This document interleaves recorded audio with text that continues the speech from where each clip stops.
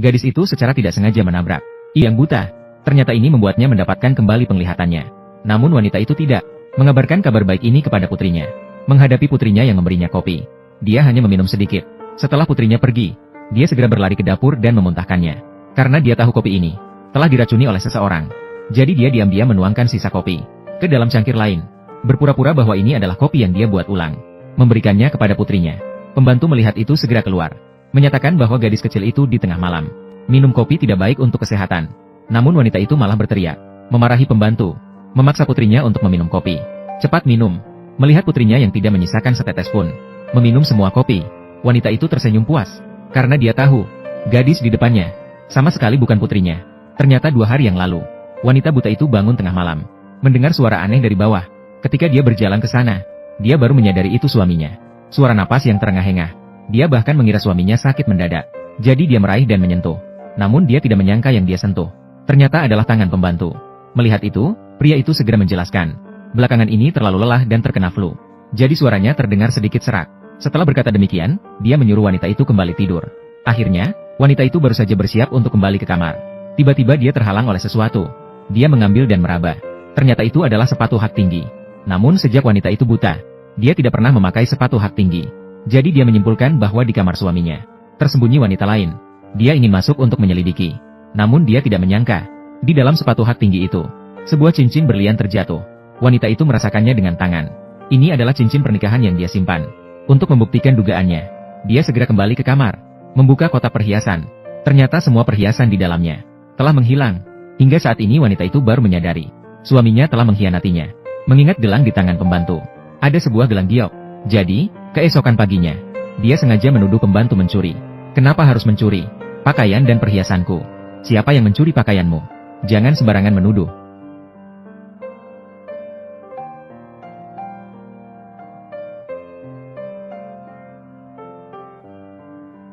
Ini adalah pakaianku.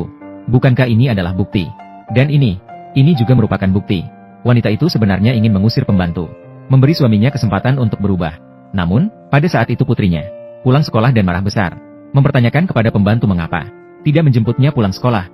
Namun, pembantu itu menjelaskan semua hal. Semuanya disalahkan kepada wanita itu. Tepat saat itu suami juga pulang dari kerja ke rumah. Dia memberitahukan suaminya tentang pembantu yang mencuri. Dia memberitahukan suaminya. Tak disangka suaminya justru berkata, semua barang ini adalah yang dia berikan kepada pembantu. Tujuannya adalah agar pembantu mengantar dan menjemput. Anak perempuan lebih terlihat baik saat pulang sekolah. Setelah mendengar kejadian itu, anak perempuan dengan marah mendorong wanita itu, menyatakan bahwa dia tidak memiliki ibu buta seperti ini. Ketika malam tiba untuk tidur, wanita itu samar-samar mendengar anak perempuan memanggil ibu. Maka dia berjalan ke pintu kamar. Tak disangka yang didengarnya adalah anak perempuan memanggil pembantu ibu. Ibu, akhirnya kamu datang untuk merawatku. Aku sudah bilang kepada ayah. Beberapa kali dia baru saja.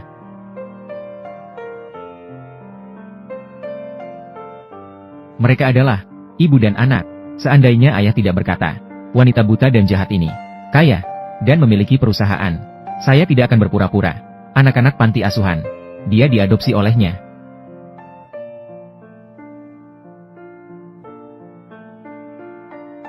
Tidak heran Li Mingcheng, dulu dia bersikeras untuk mengadopsi anak, dan haruslah Fei Fei. Ternyata dia sama sekali bukan anak angkat, melainkan. Segera setelah itu dia juga mendengar, putrinya setiap malam berada di dalam kopi yang dia minum ditambahkan racun. Wanita itu tidak menyangka dirinya mengasuh anak selama 5 tahun. Pikiran ternyata begitu jahat. Kemudian wanita itu ditabrak oleh putrinya yang membawa kopi. Siapa sangka justru karena itu dia mendapatkan kembali penglihatannya. Namun dia tetap memilih untuk menyembunyikan kebenaran dan membalas dendam untuk dirinya sendiri. Maka dia menukar kopi itu dan memberikannya kepada gadis itu. Lalu melihatnya menghabiskan kopi itu tanpa sisa. Habiskan kopi tersebut. Aku sudah selesai minum. Cepat pergi saja. Aku nanti harus tidur bersama Bibi Ji.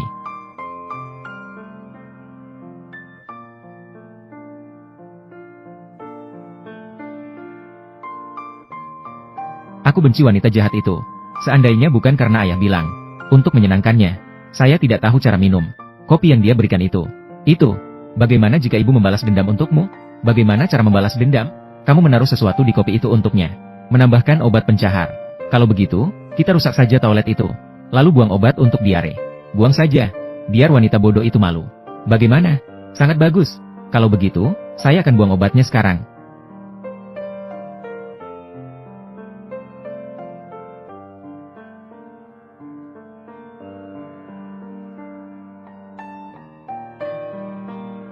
Ibu, perut saya sangat sakit.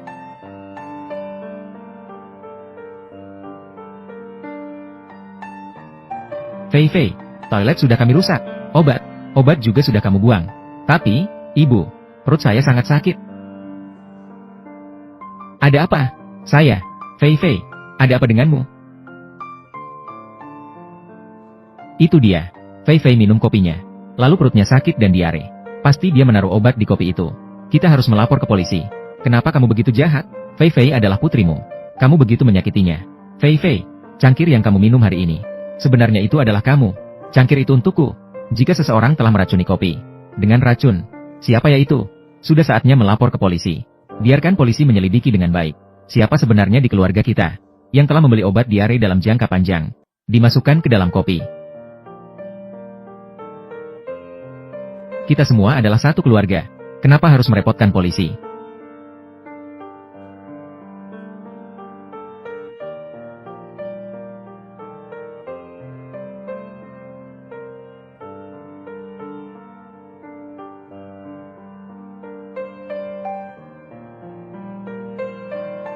Sayang, Fei Fei sudah jauh lebih baik. Tadi baru saja, mungkin Fei Fei terlalu sakit. Jadi dia salah menuduhmu. Malam ini, kita bertiga dalam keluarga. Tidur tidak terpisah lagi. Membangun hubungan. Ngomong-ngomong, aku masih punya satu hal. Ingin berdiskusi denganmu.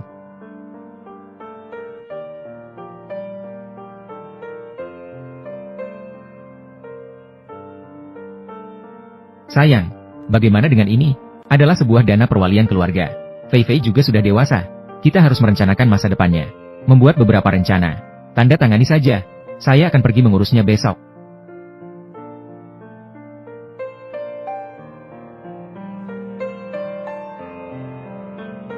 Suami, apakah ini dapat dipercaya? Sekarang ini, dana perwalian keluarga. Banyak penipu. Jangan-jangan kamu tertipu. Aku sudah menyelidikinya. Tidak ada masalah sama sekali.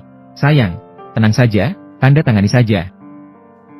Kata-kata memang begitu, tapi saya tetap ingin melihat isinya. Teman, memberi saya sebuah alat pengenal elektronik.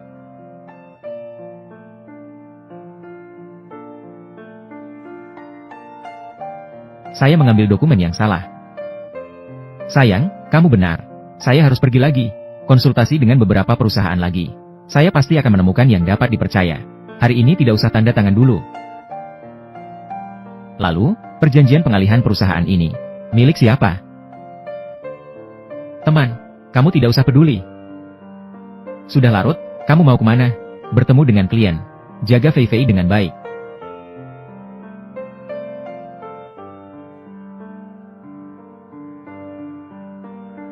Saya baru saja datang. Itu, memang ditujukan kepada saya. Menggunakan identitas pengasuh untuk memprovokasi saya. Saya tidak peduli. Kamu harus membantu saya. Kamu harus bercerai darinya sekarang. Asetnya belum di tangan. Kamu tahan sedikit lagi. Lagi pula, dia seorang buta. Dia bisa mengalahkanmu. Bicara tentang orang buta. Saya rasa dia sama sekali tidak terlihat seperti orang buta. Jika tidak, kenapa dia kebetulan masuk saat kami sedang bekerja, dan kebetulan merekam dengan ponsel? Saya rasa dia hanya berpura-pura. Sejak tadi malam, dia sudah mulai aneh. Saya punya ide.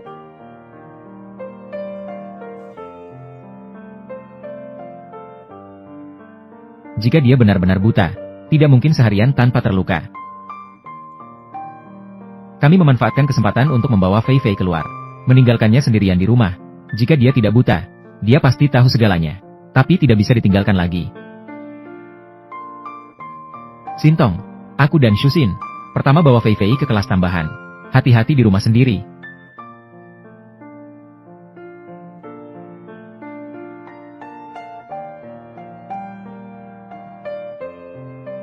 Jika dia benar-benar bisa melihat lagi, jangan salahkan aku jika aku tidak sopan.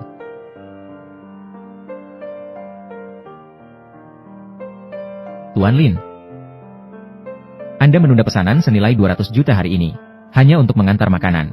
Hanya dengan merasakan kehidupan di lapangan, baru bisa memahami kebutuhan di lapangan. Saya setiap tahun pasti meluangkan waktu 1 minggu untuk mengantar makanan. Bahkan jika ada pesanan senilai ratusan miliar, harus ditunda, Tuan Lin.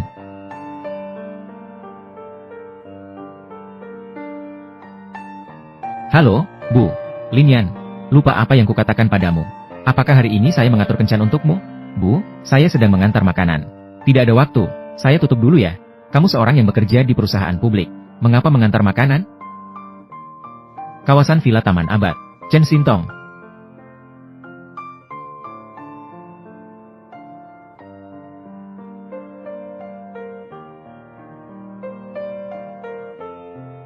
Pintu terbuka, silakan masuk.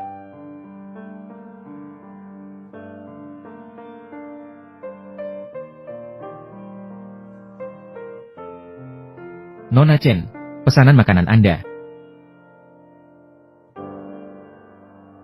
Nona Chen. Nona Chen. Di sana ada sebuah meja. Silakan letakkan di atas. Mikrofon pengawas yang Anda beli adalah barang berharga. Apakah perlu membuka kotak untuk memeriksa? Tidak perlu. Saya buta. Bahkan jika kotaknya dibuka, saya tidak bisa melihat. Jadi, duduklah di sana dan jangan bergerak. Saya akan mengirimkannya kepada Anda.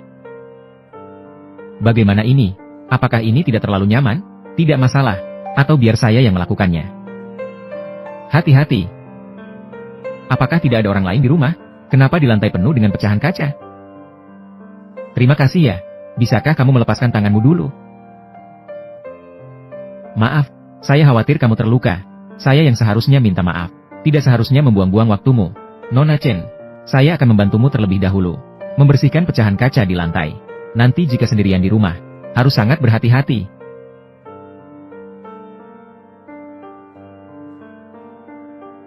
Oke, Nona Chen. Terima kasih ya. Siapa nama Anda? Namaku Lin Yan. Saya akan memberikan nomor telepon saya padamu. Jika perlu di masa depan, silakan hubungi saya kapan saja. Di mana ponselmu? Di sini.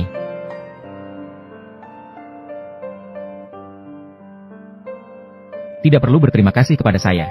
Saya ini memiliki rasa keadilan yang tinggi. Tidak tahan melihat orang lain menderita. Sampai jumpa ya.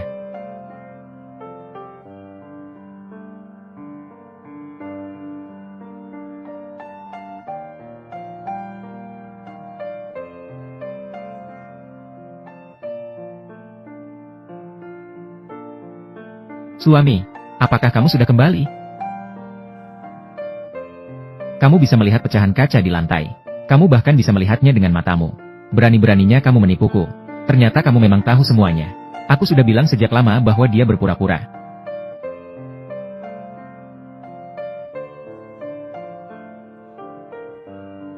Ternyata kamu memang tahu semuanya.